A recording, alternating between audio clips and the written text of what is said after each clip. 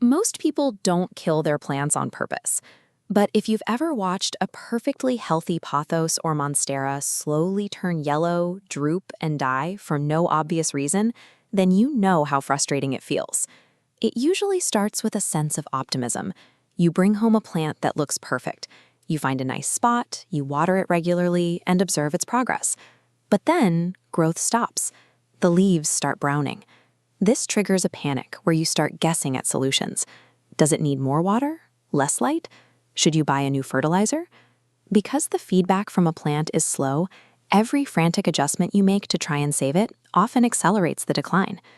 If you've ever felt like you're just bad with plants, the problem likely isn't your skill.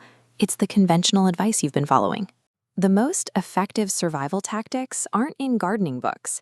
They're shared by everyday people on Reddit who've killed dozens of plants and finally figured out what actually works.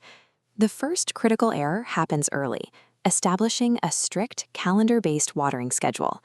This animated cross-section shows plant roots requiring oxygen. Watering on a fixed schedule traps liquid in the soil, displacing the oxygen symbols shown here. Without oxygen, roots suffocate. The root system turns dark and rots away, and the plant loses its ability to recover. The most repeated intervention in plant communities is to abandon the calendar. Plants respond strictly to their environment. A plant in a sunny window might process water in 3 days, while that same plant in a darker corner might take 3 weeks. Instead of watering on time, water based on dryness. Use your finger to trick the top 2 inches of soil, or simply lift the pot. A dry pot feels noticeably lighter than one that's freshly watered. Overwatering is the leading cause of indoor plant death. Moving away from rigid schedules and toward these tactile checks prevents the conditions that lead to root rot. The second major error involves placement. Most owners struggle with the concept of bright indirect light because they rely on their own vision to measure it. The human eye is highly adaptable. We can walk into a room and perceive it as bright, even when the actual light levels are insufficient for a plant to survive. This graph maps window distance against light intensity. Usable photosynthetic energy drops sharply just feet from the glass. A plant across the room is often in this highlighted starvation zone, receiving only a tiny fraction of the light spectrum it needs to generate energy. This is why the most upvoted advice is usually the simplest. Push your plant closer to the window, and then move it even closer.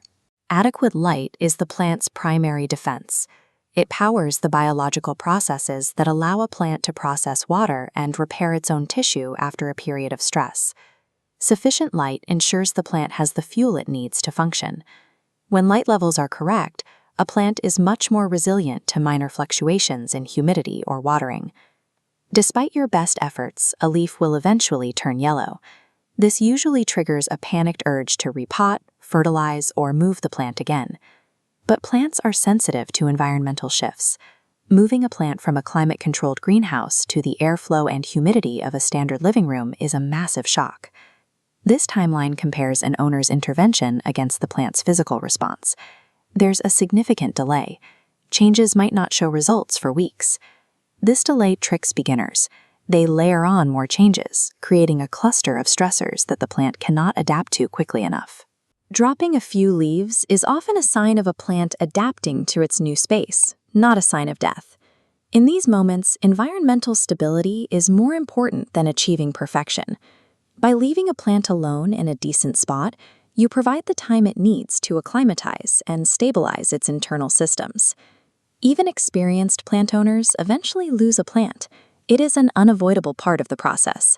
A failed plant provides specific information about your home's unique environment, details regarding light levels or soil moisture that no generic tutorial can offer. Healthy plants are the result of quiet observation rather than complicated rules. You don't need expensive tools. You just need to watch how your plant reacts over time. Once you understand this slow, natural rhythm, plant care stops feeling like guesswork.